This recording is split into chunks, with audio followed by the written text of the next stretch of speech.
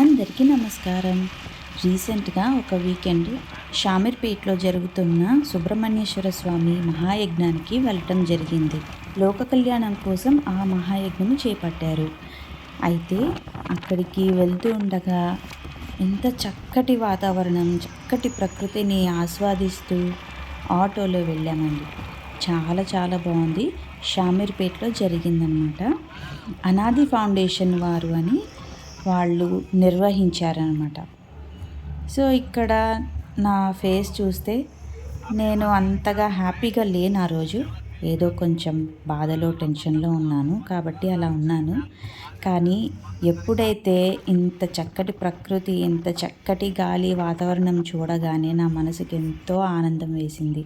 అక్కడికి చేరుకున్నాక తెలిసింది అదొక ఆర్గానిక్ ఫామ్ అని.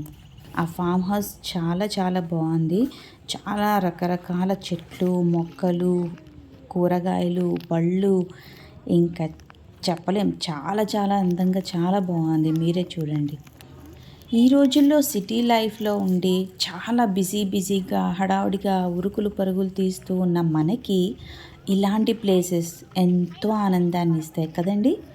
అలాగే మన పిల్లలకు కూడా ఇలాంటి ఎక్స్పీరియన్సెస్ కావాలంటే మన పిల్లల్ని అప్పుడప్పుడు తీసుకెళ్తూ ఉండాలి. మా నాన్నగారు ఎప్పుడు చెప్తూ ఉండేవారు, సింపుల్ లివింగ్, హై థింకింగ్. అంటే మనం ఎంత సింపుల్గా జీవిస్తే మన ఆలోచనలు అంత ఉన్నతంగా ఉంటాయి. ఇక్కడ చూడండి, చిన్న కుటీరం. ఆ కుటీరంలోనే ఆ మహాయజ్ఞాన్ని పెట్టడం జరిగింది.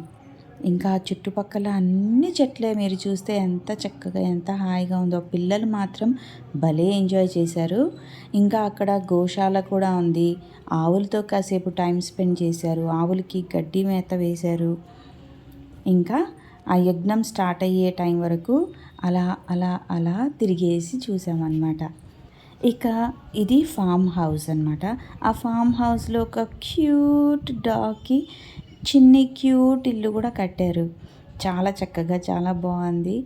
సో మనం ఏంటంటే ప్రకృతిలో ఉండే ప్రతి జీవరాశిని, ప్రతి దాన్ని మనం ఆదరిస్తే, రెస్పెక్ట్ ఇస్తే మనకు కూడా చాలా ఆనందంగా ఉంటుంది. ఈయన స్వాముల వారు కుమారానంద గారు. ఆయన అక్కడ యజ్ఞాన్ని చేయటానికి వచ్చారనమాట ఈ స్వాముల వారు. సో ఇక్కడ చూస్తున్నారు కదా, పిల్లలు ఎంత చక్కగా హ్యాపీగా ఎంజాయ్ చేస్తున్నారు. ఆ చక్కటి పొలాలు, చక్కని ఆవులు. ఇది యజ్ఞకుండం అన్నమాట. ఇది యజ్ఞం స్టార్ట్ అయిన తర్వాత అందరం వెళ్ళి అక్కడ అభిషేకం చేసి ఇక్కడ యజ్ఞం దగ్గర కూర్చున్నాము. ఆ తర్వాత భజనలు, ప్రవచనాలు కూడా జరిగాయి. నాకున్న బాధలన్నీ మర్చిపోయి అక్కడ ధ్యానం చేస్తూ చాలా చక్కగా గడిపాము. కానీ పూర్తి హోమం అయిపోయే వరకు ఉండలేకపోయాము. ఎందుకంటే ఆటో వాడు మళ్ళీ తిరిగి వెళ్ళాలి. సిటీకి వచ్చేసరికి మళ్ళీ చీకటి పడిపోతుంది. అందుకే మళ్ళీ తిరుగు ప్రయాణం చేశాం. మరి మీకు ఈ వీడియో ఎలా నచ్చిందో మాకు కామెంట్లో చెప్పండి. అలాగే please like, share and subscribe.